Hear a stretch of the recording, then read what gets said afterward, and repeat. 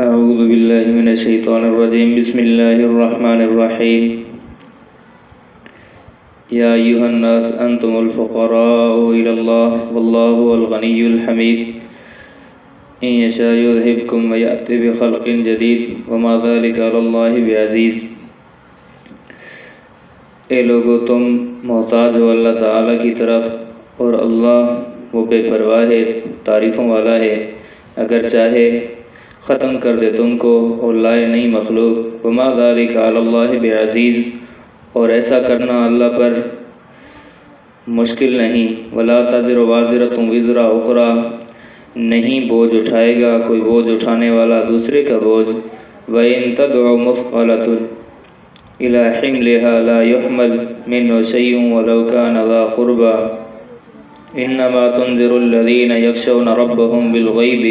وَأَقَامُوا الصَّلَاةَ وَمَنْ تَزَكَّى فَإِنَّمَا يَتَزَكَّى لِنَفْسِهِ وَإِلَى اللَّهِ الْمَصِيرُ۔ اگر پکارے بوجھ اٹھانے والی اپنے بوجھ کی طرف،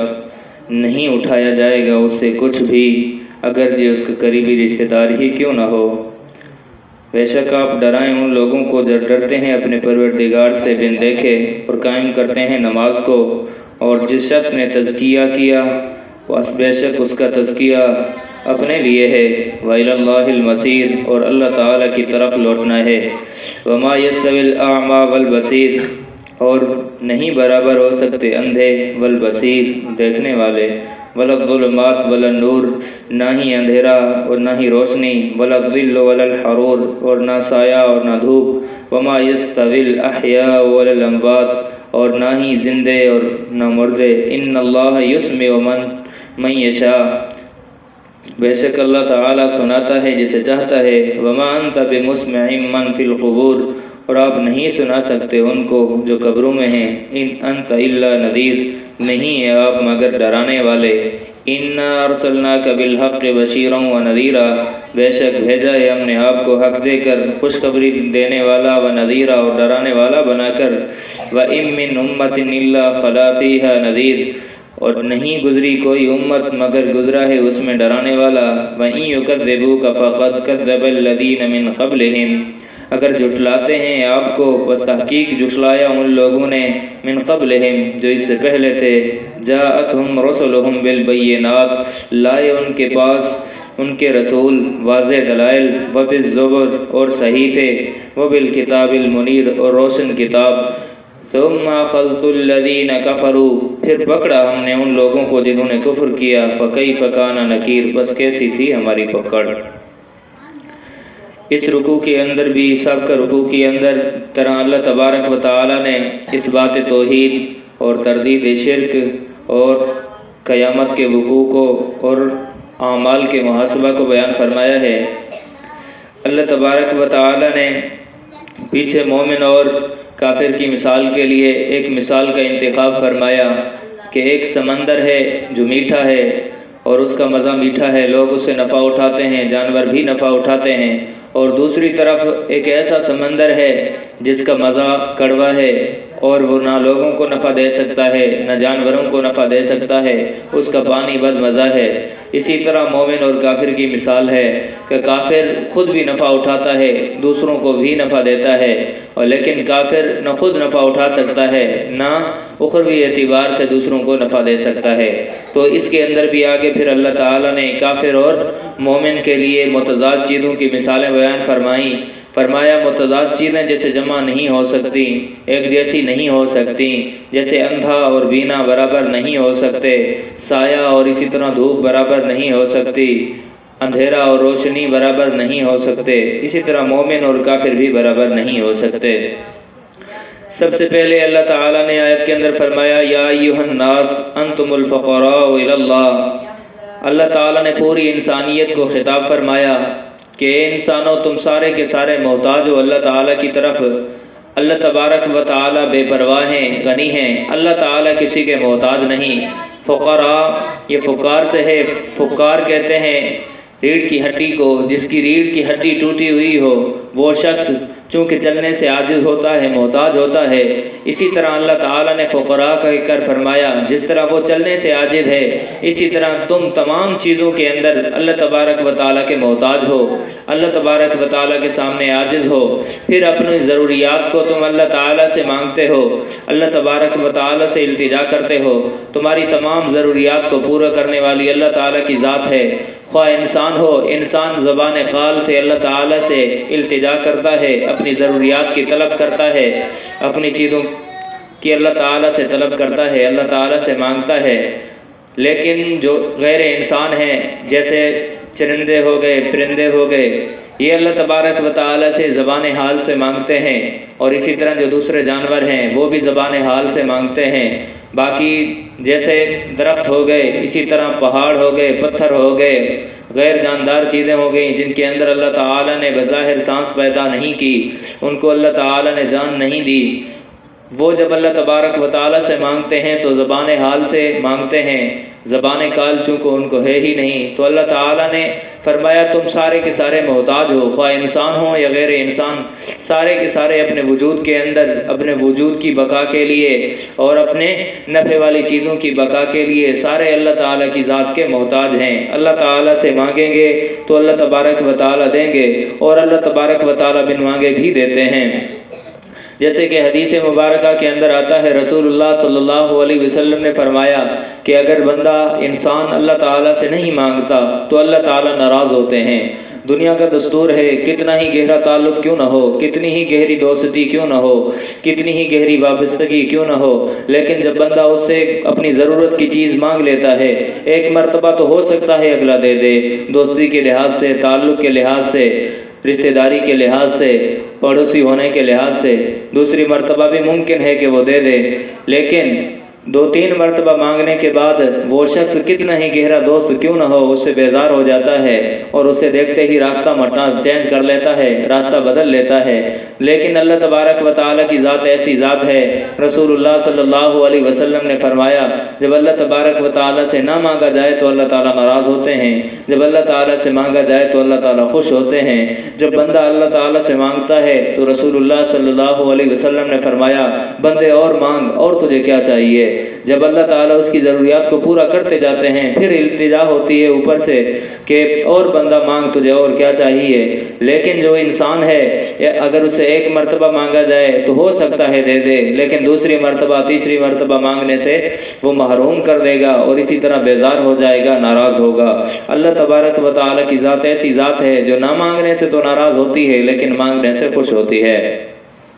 آگے اللہ نے فرمایا واللہ هو الغنی الحمید، اللہ تبارک و تعالیٰ کسی کے محتاج نہیں ہے۔ تم سارے محتاج ہو لیکن اللہ تبارک و تعالیٰ کسی کے محتاج نہیں ہیں، وہ بے پرواہ ہیں۔ آگے فرمایا الحمید، وہ تعریفوں والے ہیں۔ کہ یہ نہ سمجھو کہ اللہ تبارک و تعالیٰ تمہیں دیتے ہیں، اللہ تعالیٰ نے تمہیں پیدا کیا، مخلوق کو پیدا کیا اس وجہ سے کہ اس کی تعریف کی جائے، اس کی حمد و ثنا کی جائے۔ نہیں، اس کا مطلب یہ نہیں ہے، بلکہ الحمید وہ تو ہمیشہ سے تعریفوں والا ہے۔ ساری انسانیت اللہ تبارک و تعالیٰ کی روگردانی کر لے، ساری انسانیت اللہ تعالیٰ کی حکموں کی خلاف ورزی کر لے، اللہ فرماتے ہیں میں تو اس وقت بھی تعریفوں والا ہوں۔ سارے فرما بردار بن جاؤ، سارے تعریفیں کرنے والے بن جاؤ، تو پھر بھی میری تعریف کے اندر فرق نہیں آنا۔ یعنی ایسی بات نہیں ہے کہ تم تعریف کرو گے تو اللہ تعالیٰ تعریفوں والا ہوگا، تم تعریف نہیں کرو گے تو اللہ کی تعریف نہیں ہوگی۔ اللہ فرماتے ہیں ایسی کوئی بات نہیں ہے، میں ازل سے تعریفوں والا تھا اور اب تک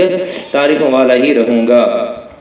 آگے اللہ فرماتے ہیں ان یشاء یذھبکم ویأتی بخلق جدید، اگر اللہ چاہیں تمہیں صفحہ ہستی سے لفظ غلط کی طرح مٹا دیں۔ جیسے بندہ لکھتے لکھتے کوئی لفظ غلط لکھا جاتا ہے تو اسے مٹا دیا جاتا ہے اپنے ورقے سے، اپنی کاپی سے، اپنی کتاب سے۔ اللہ فرماتے ہیں اگر اللہ چاہے تو تمہیں صفحہ ہستی سے اس طرح مٹا دے، تمہارا نام و نشان باقی نہ ہو۔ تم جب نافرمانیوں کے اندر لگ جاؤ گے، اللہ تبارک و تعالیٰ کے حکموں کی روگردانی کرو گے، اسے پس پشت ڈال دو گے، تو اللہ تعالیٰ اگر چاہیں گے تو تمہیں نیست و نابود کر دیں گے، تمہیں مٹا دیں گے۔ پرانی پیچھے والی مخلوقوں کی اور اسی طرح پہلی امتوں کی مثالیں تمہارے سامنے موجود ہیں۔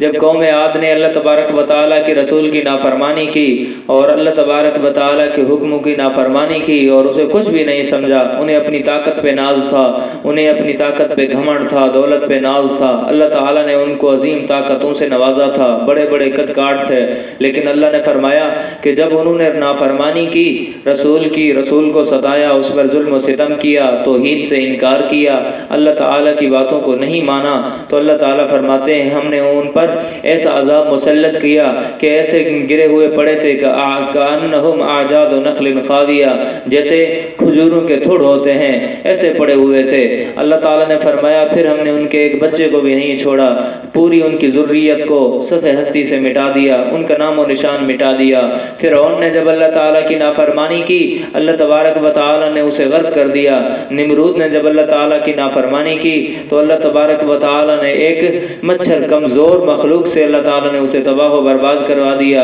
اور اسی طرح شداد ہو گیا، حامان، قارون، جتنی بھی پچھلی امتیں گزری ہیں، جس نے نافرمانی کی تو اللہ تبارک و تعالیٰ نے بعض پر پتھروں کی بارش کی، بعض کو اللہ تعالیٰ نے فرشتے کو حکم دیا کہ زمین کو چکی لگا کر اوپر سے پھینک دیا گیا، بعض پر آندھیاں چلی اور بعض کے اوپر اللہ تعالیٰ نے زلزلے مسلط کر دیے، بعض پر فرشتوں نے چیخیں ماری تو وہ تباہ و برباد ہو گئے، ہلاک ہو گئے۔ اللہ تعالیٰ رسول اللہ صلی اللہ علیہ وسلم کی امت کو بھی فرماتے ہیں کہ اگر تم رسول اللہ کی نافرمانی کرو گے، اللہ تعالیٰ کی نافرمانی کرو گے، اللہ تعالیٰ چاہیں تو تمہیں صفحہ ہستی سے مٹا سکتے ہیں، اللہ تبارک و تعالیٰ پر یہ کوئی چیز مشکل نہیں ہے۔ آگے فرمایا وَيَأْتِ بِخَلْقٍ جَدِيدٍ، اور اللہ تعالیٰ تمہیں مٹا کر پھر دوسری نئی مخلوق لے کر آئیں، اس پر بھی اللہ تعالیٰ قادر ہیں کہ تمہیں ختم کر دیں اور پھر تمہارے جیسے ایسے لوگ بنائیں جو اللہ تعالیٰ کی فرما برداری کرنے والے ہوں، اللہ تبارک و تعالیٰ کے حکموں کو ماننے والے ہوں، حکموں پر چلنے والے ہوں، رسول اللہ صلی اللہ علیہ وسلم کے حکموں کو ماننے والے ہوں۔ وَمَا ذَلِكَ عَلَى اللَّهِ بِعَزِيزٍ، اور یہ اللہ پر مشکل نہیں ہے۔ جب انسان کسی انسان کو دھمکی دیتا ہے کسی کام کے کرنے کی تو ہو سکتا ہے انسان کے کام میں رکاوٹ ڈال دے، انسان کے کام میں رکاوٹ ڈالنا ممکن ہے، لیکن اللہ تعالیٰ فرماتے وما ذالک علی اللہ بعزیز، کہ اللہ تعالیٰ پر یہ مشکل نہیں ہے، یعنی اللہ تعالیٰ اگر تمہیں مٹا دیں، ختم کر دیں تو اللہ تعالیٰ کا کوئی روکنے والا نہیں ہے، اللہ تعالیٰ کی طاقت کے سامنے کسی کا بس نہیں چلے گا، اللہ تعالیٰ تمہیں نیست و نابود کر سکتے ہیں۔ اور پھر اللہ تعالیٰ دوسری مخلوق بنائیں تو اللہ تعالیٰ نے فرمایا اس پر بھی اللہ تبارک و تعالیٰ کو کوئی مجبور کرنے والا نہیں ہے کہ آپ نہ بنائیں، پہلے آپ نے بنائی اس کو ختم کر دیا، آپ دوسری بنا رہے ہیں لہذا اس کو نہ بنائیں۔ اللہ فرماتے نہیں، ایسا کوئی نہیں کر سکتا، وما ذالک علی اللہ بعزیز، یہ چیزیں اللہ تعالیٰ پر مشکل نہیں ہیں۔ آگے اللہ تعالیٰ قیامت کے حالات کو بیان فرما رہے ہیں کہ قیامت کی ہولناکی کو بیان فرما رہے ہیں کہ دنیا کا دستور ہے، دنیا کے اندر جب والد کو تکلیف ہوتی ہے تو اولاد پریشان ہوتی ہے اور حتی الامکان کوشش کرتی ہے اپنے والد کی پریشانی کو دور کرنے کے لیے، والدہ کی پریشانی کو دور کرنے کے لیے۔ پھر جب اولاد کو پریشانی لاحق ہوتی ہے، کوئی مرض لاحق ہوتا ہے، کوئی مصیبت، کوئی مجبوری لاحق ہو جاتی ہے، پھر والدین حتی الامکان کوشش کرتے ہیں اپنی اولاد سے اس تکلیف کو ہٹائیں، تکلیف کو دور کریں، رفع کریں اور اس کی تکلیف کو ختم کرنے کی ممکن کوشش کرتے ہیں جہاں تک ان سے ہو سکتا ہے۔ اور اسی طرح اگر دوست کو تکلیف ہو تو دوست کوشش کرتا ہے، رشتہ دار کوشش کرتے ہیں، دنیا کے اندر ایک دوسرے سے تعلق وابستہ رہتا ہے، اس تعلق کی بنا پر ایک دوسرے کی تکلیفوں کو رفع کرنے کی کوشش کی جاتی ہے، ممکن ہے اور تکلیف ختم بھی ہو جاتی ہے کسی کی مدد سے، کسی کی اعانت سے۔ لیکن اللہ فرماتے ہیں قیامت کا حال اس کے بالکل الٹ ہے، یہاں پر جو ایک دوسرے سے محبت کے اور اسی طرح تعلق کے دعوے ہیں وہ سارے کے سارے دھرے رہ جائیں گے۔ قیامت کا دن ہوگا، اس قیامت کے دن کے اندر والدہ اپنے اولاد کو کہے گی کہ میرے بیٹے دنیا کے اندر میرا پیٹ تیرے لیے ظرف تھا، میں نے تجھے اٹھائے رکھا، گرمیوں کے اندر تیری حفاظت کی، سردیوں کے اندر تیری حفاظت کی، پھر میں نے تجھے مشقت سے جنا، مشقت سے پیدا کیا، پھر جب تو پیدا ہو گیا پھر میرے بستان تیرے لیے مشکیزہ کی مانند تھے، جب بھی تجھے بھوک لگتی، جب بھی تجھے پیاس لگتی تو ان سے سیراب ہوا کرتا تھا، پھر تو جب بڑا ہوا چلنے لگا تجھے میں نے چلنا سکھایا، تجھے بولنا سکھایا، حتی الامکان میں نے تیرا خیال رکھا، آج مجھے نیکی نیکی کی ضرورت ہے، آج میں مصیبت میں ہوں، آج میں مشقت میں ہوں، مجھے ایک نیکی کی ضرورت ہے، مجھے ایک نیکی دے دے، تو وہ اولاد کہے گی وہ دنیا کا دستور تھا، دنیا میں تیرے احسان میں مانتا ہوں، میں ساری باتوں کو ماننے کے لیے تیار ہوں، لیکن مجھے اپنا پتہ نہیں ہے کہ میرے ساتھ کیا حشر ہونے والا ہے، لہذا میں معذرت کرتا ہوں، میں تجھے ایک نیکی نہیں دے سکتا۔ دنیا کے اندر سب سے محبوب رشتہ والدین کا ہے، اولاد کے ساتھ اور اولاد کا والدین کے ساتھ، لیکن قیامت کے دن یہ رشتہ بھی دھرا کا دھرا رہ جائے گا، وہاں کسی کام کا نہیں آئے گا۔ اور اسی طرح والد کو بھی اولاد کہے گی کہ مجھے اپنا اعمال کا پتہ نہیں ہے کہ میرے ساتھ کیا حشر ہونے والا ہے، میں تجھے نیکی نہیں دے سکتا۔ اسی طرح یہاں پر جو دوستی رشتہ داری تعلق کے دعوے ہیں وہ سارے کے سارے وہاں پر ایسے دھرے کے دھرے رہ جائیں گے۔ اللہ تعالیٰ نے دوسری قرآن کی آیت کے اندر اس کا نقشہ یوں کھینچا ہے، یوم یفر المرء من اخیہ وامہ وابیہ وصاحبتہ وبنیہ، کہ قیامت کے دن ایک دوسرے سے بھاگنے والے ہوں گے، ایک دوسرے کو منہ دکھانے کے لائق نہیں ہوں گے، بلکہ جیسے ہی دیکھے گا والد کو آتے ہوئے تو اولاد کھسک جائے گی کہ کہیں نیکی نہ مانگ لے، اور اسی طرح دوست ہو گئے، تعلق دار ہو گئے، رشتہ دار ہو گئے، سارے ایک دوسرے کو دیکھ کے راستہ تبدیل کر لیں گے، کہیں نیکی نہ مانگ لے۔ دنیا کا دستور ہے ایک دوسرے کے کام آ سکتے ہو، لیکن قیامت کے دن کوئی کسی کے کام نہیں آئے گا، وہاں کام آنے ہیں تو نیک اعمال کام آنے ہیں، رسول اللہ صلی اللہ علیہ وسلم کی اطاعت کام آنی ہے، اللہ تبارک و تعالیٰ کی فرما برداری کام آنی ہے، لہٰذا تم اللہ تبارک و تعالیٰ کے فرما بردار بن جاؤ، اللہ تبارک و تعالیٰ کے حکم پر چلنے والے بن جاؤ، رسول اللہ صلی اللہ علیہ وسلم کی اطاعت کرنے والے بن جاؤ۔ آگے اللہ فرماتے ہیں وَإِن تَدْعُ مُثْقَلَةٌ إِلَىٰ حِمْلِهَا لَا يُحْمَلْ مِنْهُ شَيْءٌ، کہ اگر کوئی بوجھ اٹھانے والی یعنی بوجھ اٹھانے والا مرد ہو یا عورت اپنے بوجھ کی طرف کسی کو پکارے گا کہ میرا بوجھ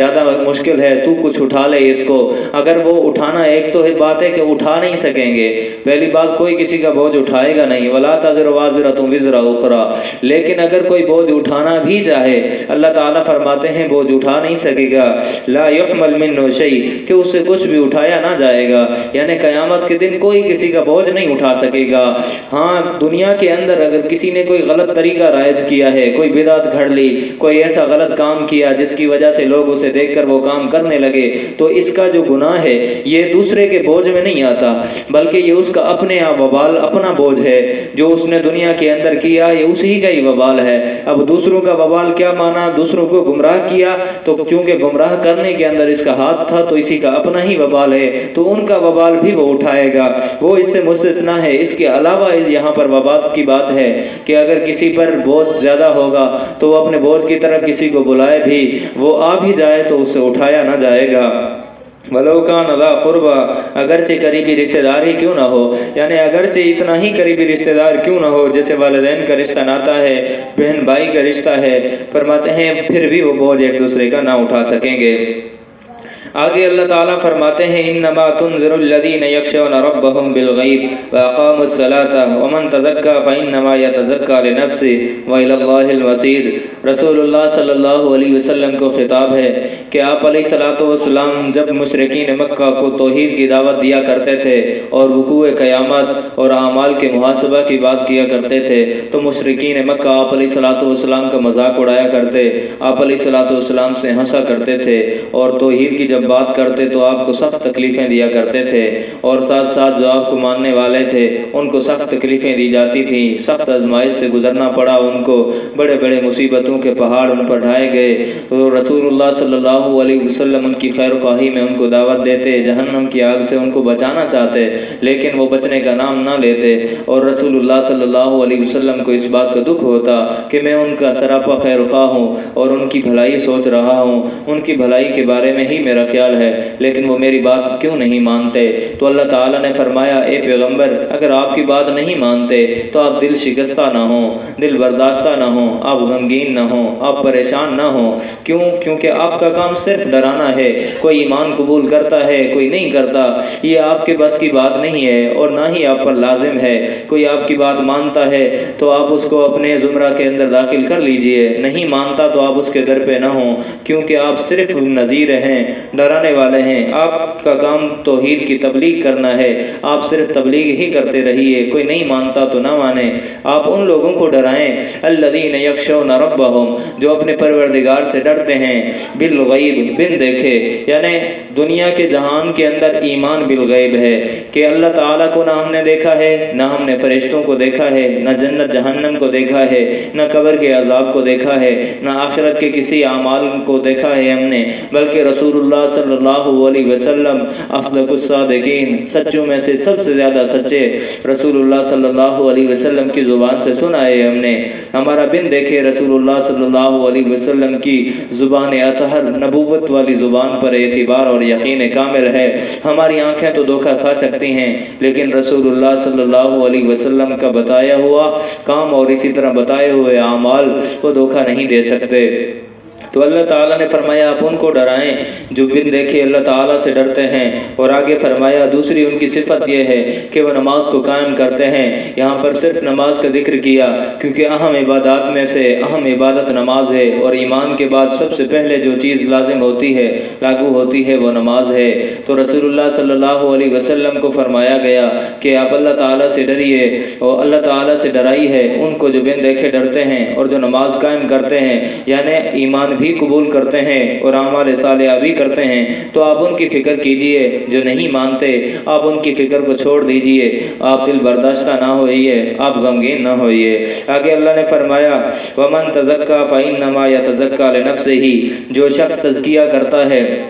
یعنی اپنے اعمال کی اصلاح کرتا ہے، خواہ وہ توحید سے برات ہو، یہ شرک سے برات ہو، کفریات سے برات ہو، ان سے برات کا اعلان کرتا ہے، اور پھر اپنے اعمال کی اصلاح کرتا ہے عقائد کے اعتبار سے بھی اور اسی طرح اعمال کے اعتبار سے بھی کہ اچھے عمل کرتا ہے، نیک عمل کرتا ہے، اپنے اندر کی اصلاح کرتا ہے، اس کا اندر بھی پاکیزہ ہوتا ہے، مطہر ہوتا ہے، اور اسی طرح اس کا باطن اور ظاہر بھی ان کا پاکیزہ اور مطہر ہوتا ہے۔ تو اللہ تبارک و تعالی نے فرمایا کہ جو شخص دونوں کو پاک صاف رکھتا ہے تو اللہ تبارک و تعالی نے فرمایا اس کا اپنا نفع ہے، وہ اپنے نفع کے لیے کر رہا ہے، اس میں اللہ تعالیٰ کا کوئی نفع نہیں، یہ رسول اللہ صلی اللہ علیہ وسلم کا کوئی نفع نہیں ہے۔ فَإِنَّمَا يَتَزَكَّىٰ لِنَفْسِهِ، جو نیک اعمال کرتا ہے، اپنی اصلاح کرتا ہے، اپنے آپ کو پاک صاف رکھتا ہے، تو اللہ نے فرمایا اس کا اپنا نفع ہے، اپنے لیے کر رہا ہے۔ کیوں؟ وَإِلَى اللَّهِ الْمَصِيرُ، کیونکہ اگر پاکیزہ ہو کر آئے گا، اپنے آپ کو پاک صاف کر کے آئے گا،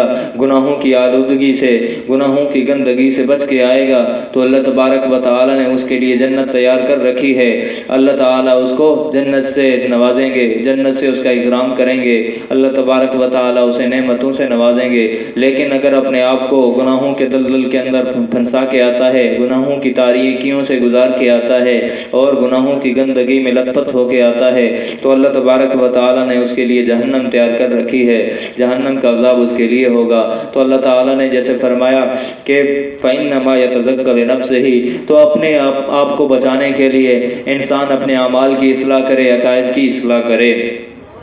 آگے اللہ تبارک و تعالی نے اسلام اور کفر کو، مومن اور کافر کی مثال کو سمجھانے کے لیے متضاد چیزوں کی مثالیں دی ہیں۔ فرمایا وَمَا يَسْتَوِي الْأَعْمَى وَالْبَصِيرُ، دیکھنے والا اور نابینا برابر نہیں ہو سکتے، یعنی جس طرح ایک شخص نابینا ہے، دوسرا بینا ہے، تو ظاہر ہے کتنا ہی بے عقل آدمی ہو، اس سے پوچھا جائے کہ نابینا اور بینا برابر ہو سکتے ہیں، ایک اندھا ہے اور ایک دیکھنے والا ہے، برابر ہو سکتے ہیں؟ ظاہراً اس کا جواب ہے کہ وہ دونوں برابر نہیں ہو سکتے، کیونکہ اندھا ان تاریکیوں سے بچ سکتا ہے، اندھے کے لیے جہان اندھیرا ہے، اسے کسی چیز کی خبر نہیں، وہ نہ روشنی کا فرق کر سکتا ہے، نہ اچھی اور بری چیز کا فرق کر سکتا ہے، نہ حلال و حرام میں تمیز کر سکتا ہے، اور نہ اپنے نفع اور نقصان والی چیز میں امتیاز کر سکتا ہے۔ لیکن جو بینا ہے، جسے اللہ تعالیٰ نے آنکھیں دی ہیں، وہ اندھیرے اور روشنی کا فرق کر سکتا ہے، اپنے لیے نفع مند اور اسی طرح نقصان دہ چیزوں کے درمیان امتیاز کر سکتا ہے، اور کون سی چیز اور کون سے لوگ اس کے لیے اچھے فائدہ مند رہیں گے، کون سے نقصان دہ ہوں گے، ان کے درمیان بھی وہ امتیاز کر سکتا ہے۔ تو اللہ تعالیٰ نے فرمایا مومن کی مثال بھی ایسے ہی ہے کہ مومن کو اللہ تعالیٰ نے ایمان کی آنکھیں دی ہیں، مومن ان ایمان والی آنکھوں کے ذریعے گمراہی سے بچ سکتا ہے، گناہوں سے بچ سکتا ہے، وہ یہ فرق کر سکتا ہے کہ کون سے اعمال مجھے جہنم میں لے جانے والے ہیں اور کون سے اعمال مجھے جنت کی طرف لے جانے والے ہیں۔ اور جو کافر ہے اللہ تعالیٰ نے اسے اندھے کی طرح بنایا ہے کہ اس کے سامنے کفر کا اندھیرا ہے، کفر کی پٹی اس کی آنکھوں پر چڑھی ہوئی ہے، وہ اندھے کی مثال ہے۔ وہ یہ فرق نہیں کر سکتا کہ کون سے اعمال میرے لیے فائدہ مند ہیں، کون سے نقصان دہ ہیں، کن کن اعمال کرنے کی وجہ سے میں جنت میں جاؤں گا اور کن اعمال کی وجہ سے مجھے جہنم میں جلنا پڑے گا۔ تو یہ ان دونوں میں فرق نہیں کر سکتا۔ جس طرح نابینا اور بینا برابر نہیں ہو سکتے، اسی طرح کافر اور مومن، کفر اور اسلام بھی برابر نہیں ہو سکتا۔ پھر اللہ نے ایک مثال پر اکتفا نہیں کی، آگے دوسری مثال دی، وَلَا الظُّلُمَاتُ وَلَا النُّورُ، اور نہ ہی اندھیرا اور نہ روشنی، یعنی اندھیرا اور روشنی جس طرح یہ دونوں متضاد چیزیں ہیں، یہ دونوں برابر نہیں ہو سکتی کہ دن کی روشنی کے اندر بندہ کام کاج کر سکتا ہے، اپنے لیے کما سکتا ہے، اپنے بچوں کے لیے کما سکتا ہے، ان کے لیے رزق روزی کا بندوبست کر سکتا ہے، اور اپنے جتنے بھی کام ہیں وہ اس دن کی روشنی کے اندر رہ کے کر سکتا ہے۔ اور اسی طرح اگر اندھیرا ہے تو اس کے اندر ایسے کام نہیں کر سکتا، اور رات سونے کے لیے چونکہ ہوتی ہے، غفلت میں گزر جاتی ہے، بندہ کام وہ نہیں کر سکتا جو دن کے اندر کر سکتا ہے۔ اور اسی طرح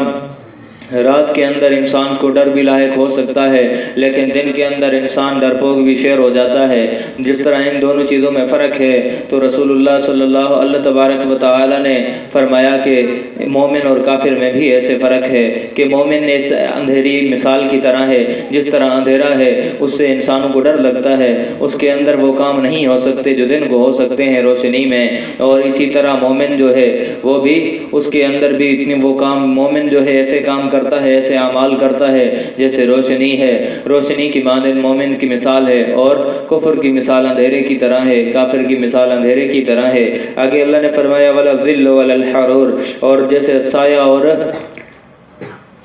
سایہ اور دھوپ برابر نہیں ہو سکتے، یعنی سائے کے اندر انسان سکون حاصل کرتا ہے، تھکا ہوا آتا ہے تو سائے میں بیٹھ کے وہاں پر چند سانس لیتا ہے، پانی وغیرہ پیتا ہے، پھر آگے اپنے سفر کا آغاز کرتا ہے۔ یا اگر کہیں سے تھکا ہوا آتا ہے، سائے میں آ کے سکون حاصل کرتا ہے، سکون اسے میسر ہوتا ہے۔ لیکن اگر کہیں سے تھکا ہوا آئے اور وہاں آگے دھوپ ہو، پھر دھوپ کے اندر بیٹھ جائے تو تھکاوٹ دور ہونے کے بجائے مزید تھکاوٹ ہوگی، انسان کو گرمی لاحق ہوگی، بیمار بھی ہو سکتا ہے۔ تو اللہ تبارک و تعالی نے فرمایا کافر اور مومن کی مثال بھی ایسے ہی ہے کہ کافر ایک دھوپ کی مثال ہے، جس طرح دھوپ کے اندر انسان کو خاص نفع نہیں ہوتا، اسی طرح کافر کو بھی نفع نہیں ہوگا۔ جس طرح کافر دنیا کے اس جہان سے چلا جائے گا، پھر آگے اس کے لیے سکون والی کوئی چیز میسر اس کو نہیں ہوگی، بلکہ دھوپ کی طرح وہاں اس کو آگ میں جلنا پڑے گا۔ دھوپ بھی ایک آگ کا ہی اثر ہے، اسی طرح وہ آگ میں جلے گا۔ اور مومن جو ہے وہ سائے کے اندر رہے گا،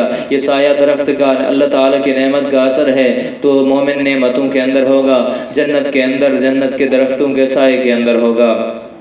آگے اللہ تعالیٰ نے فرمایا وَمَا يَسْتَوِي الْأَحْيَاءُ وَلَا الْأَمْوَاتُ، اور نہیں برابر ہو سکتے زندے اور نہ مردے، یعنی مردے اور زندے جس طرح برابر نہیں ہیں کہ زندہ بندہ بات کر سکتا ہے، گھوم پھر سکتا ہے، ہنسی مذاق کر سکتا ہے، کام کر سکتا ہے، اور اسی طرح وہ سیر و سفر کر سکتا ہے، اپنے لیے اپنے بچوں کے لیے کما سکتا ہے، دنیا کے دستور کے مطابق زندگی گزار سکتا ہے، اچھے اعمال برے اعمال دونوں کو کرنے کا اس کو اختیار ہوتا ہے۔ لیکن جو مردہ ہے وہ صرف قبر میں پڑا ہوا ہے، اور وہ قبر کے اندر اس کو کوئی اختیار نہیں ہے، قبر کے اندر کچھ بھی وہ نہیں کر سکتا۔ تو اللہ تعالیٰ نے فرمایا کافر اور مومن کی مثال بھی ایسے ہی ہے کہ جو مومن ہے وہ نیک اعمال کر سکتا ہے، نیکیاں کر سکتا ہے، لیکن جو کافر ہے، جو مومن ہے وہ نیکیاں تو کر سکتا ہے، نیک اعمال کر سکتا ہے، آخرت کی فکر کر سکتا ہے۔ کافر کو ان چیزوں کی کوئی فکر نہیں ہوتی، کافر مردے کی طرح پڑا رہتا ہے۔ جیسے رسول اللہ صلی اللہ علیہ وسلم نے فرمایا مثل الذی یذکر ربہ والذی لا یذکر مثل الحی والمیت، جو اللہ تعالیٰ کا ذکر کرتا ہے، اللہ تبارک و تعالیٰ کو یاد کرتا ہے، اللہ تعالیٰ پر ایمان ہے جس کو، وہ اللہ تعالیٰ کو راضی کرنے کی فکر میں ہوتا ہے، یہ شخص زندہ ہے۔ اور جو شخص اللہ تعالیٰ پر ایمان نہیں لاتا، یا اللہ تعالیٰ پر ایمان تو لایا لیکن اس کے عمل صالح نہیں ہیں، وہ بدعمالیاں کرتا ہے، تو رسول اللہ صلی اللہ علیہ وسلم نے فرمایا اس کی مثال مردہ جیسی ہے۔ جس طرح مردے کو کوئی نفع نہیں ہوتا، اس طرح دنیا والے انسان کو بھی، اسے انسان کو جو اللہ تعالیٰ کی یاد سے غافل ہے، کوئی نفع نہیں ہوگا۔ آگے اللہ تعالیٰ نے فرمایا ان اللہ یسمع من یشاء کہ اللہ چاہتے ہیں جسے سنا دیں، اللہ چاہیں جسے بھی سنائیں، مردے کو بھی سنا سکتے ہیں، زندوں کو بھی سنا سکتے ہیں، نہ سنانا چاہیں زندہ بھی نہیں سن سکتا، مردہ تو دور کی بات۔ آگے فرمایا وما انت بمسمع من فی القبور، اور نہیں سنا سکتے آپ جو ان کو جو قبروں میں ہیں، یعنی رسول اللہ صلی اللہ علیہ وسلم کو خطاب ہے کہ جو قبروں کے اندر مردے پڑے ہوئے ہیں آپ صبح سے شام تک وہاں پر واعظ و نصیحت کریں، ان کو آپ نہیں سنا سکتے، یعنی آپ ان کو نفع نہیں دے سکتے کہ آپ کو واعظ و نصیحت کو سن کر وہ آپ کی بات پر ایمان لے آئیں اور وہ جنتی بن جائیں، ایسا نہیں ہو سکتا۔ اور اسی طرح یہاں پر بعض گمراہ لوگوں نے یہ عقیدہ گھڑا کہ معاذ اللہ جو مر جائے وہ گل سڑ جاتا ہے، اسے کوئی نفع نقصان نہیں ہوتا، حالانکہ ایسی کوئی بات نہیں ہے، عذاب قبر برحق ہے، قبر کا عذاب ہونا ہے۔ اور اسی طرح اس بات میں تو اختلاف ہے کہ مردے سنتے ہیں یا نہیں، یہ صحابہ کرام سے شروع سے ہی آ رہا ہے، لیکن آج کل کے حساب سے یہ عقیدہ اتنا عام پھیل چکا ہے کہ کوئی بھی نہیں سنتا، حتیٰ کہ معاذ اللہ و رسول اللہ صلی اللہ علیہ وسلم کے بارے میں بھی کہتے ہیں کہ آپ علیہ الصلوۃ والسلام قبر میں مردہ پڑے ہوئے ہیں، بے جان ہیں، اللہ معاف فرمائے ایسی گمراہی سے، اللہ تعالی بچائے۔ یہ جمہور علماء اہل سنت کا متفقہ عقیدہ ہے کہ تمام انبیاء اپنی قبروں میں زندہ ہیں، وہاں پر انہیں رزق دیا جاتا ہے اور وہ باہر والے کی آواز کو وہاں پر سنتے ہیں۔ رسول اللہ پر اگر درود پڑھا جائے دور سے تو فرشتوں کے ذریعے پہنچایا جاتا ہے، اگر وہاں پر قبر پر درود پڑھا جائے تو آپ علیہ الصلوۃ والسلام خود سنتے ہیں اور اس کا جواب عنایت فرمایا کرتے ہیں۔ ان انت الا نذیر، اللہ تعالیٰ نے آگے پھر وہی خطاب فرمایا کہ اگر کوئی شخص آپ کی بات کو نہیں مانتا، آپ پر ایمان نہیں لاتا تو آپ پریشان نہ ہوئیے، آپ دل برداشتہ نہ ہوئیے، آپ غمگین نہ ہوئیے، بلکہ آپ کا جو کام ہے وہی کیجئے۔ آپ ڈرانے والے ہیں، آپ فقط ڈرائیے جہنم کے عذاب سے، جو مان لیتا ہے فبہا، اگر نہیں مانتا تو آپ اس کو چھوڑ دیجئے۔ انا ارسلناک بالحق بشیرا ونذیرا، کیونکہ ہم نے بھیجا ہے آپ کو حق دے کر ڈرانے والا اور خوشخبری والا دینے والا بنا کر بھیجا ہے، کہ رسول اللہ صلی اللہ علیہ وسلم کو یہاں پر فرمایا گیا ہے کہ آپ صرف ڈرانے والے ہیں ان کو جو جہنم کے عذاب سے نہیں ڈرتے، اور خوشخبری دینے والے ہیں ان کو جو جہنم کے عذاب سے ڈرتے ہیں، اللہ پر ایمان لاتے ہیں۔ آپ کا یہی کام ہے، آپ آگے ان کے بارے میں پریشان نہ ہوئیے، آپ اپنے فریضہ تبلیغ کو ادا کیجئے۔ وَإِن مِّنْ أُمَّةٍ إِلَّا خَلَا فِيهَا نَذِيرٌ، آگے اللہ تعالیٰ نے فرمایا کوئی بھی ایسی امت نہیں گزری، کوئی ایسا گروہ، کوئی ایسی جماعت، کوئی ایسے انسان نہیں گزرے جس کے اندر اللہ تعالیٰ نے نذیر نہ بھیجا ہو، ڈرانے والا نہ بھیجا ہو۔ اللہ تبارک و تعالیٰ نے ہر امت کے اندر ڈرانے والا بھیجا ہے، اللہ تبارک و تعالیٰ نے ہر ایک کے اندر رسول بھیجا تاکہ وہ اپنی امت کو ڈرائے۔ آگے پھر فرمایا اے پیغمبر اگر آپ کو جھٹلاتے ہیں، آپ کی نافرمانی کرتے ہیں تو آپ پریشان کیوں ہوتے ہیں؟ یہ جھٹلانے والوں کی پرانی ریت ہے، پرانی عادت ہے، چلی آ رہی ہے۔ پہلے جتنے بھی پیغمبر گزرے، جتنے بھی رسول گزرے تو ان کی بھی نافرمانیاں کی گئیں، ان کو بھی ستایا گیا، ان پر بھی ظلم و ستم کیے گئے، تو وہ جس طرح ثابت قدم رہے، وہ جس طرح استقامت کے پہاڑ بنے رہے، تو آپ بھی استقامت پر رہیے اور اللہ تبارک و تعالیٰ کی طرف رجوع کیجئے، آپ ان کو چھوڑ دیجئے۔ جس طرح انہوں نے جھٹلایا تو اللہ تبارک و تعالیٰ نے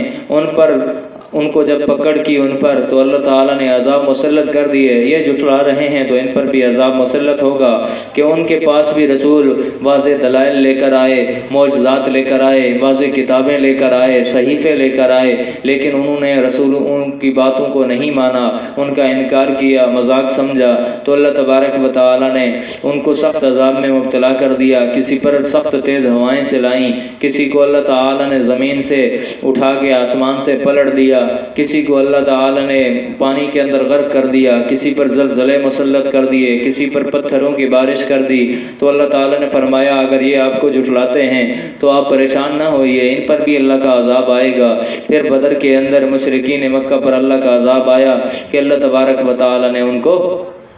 سخت عذاب کے اندر مسلط کر دیا۔ 70 سے زیادہ ان کے کفار بڑے بڑے جو رؤساء تھے وہ قتل ہو گئے۔ اللہ تبارک و تعالیٰ نے صحابہ کرام کے ذریعے اور رسول اللہ صلی اللہ علیہ وسلم کے ذریعے انہیں عذاب کے اندر مسلط کر دیا۔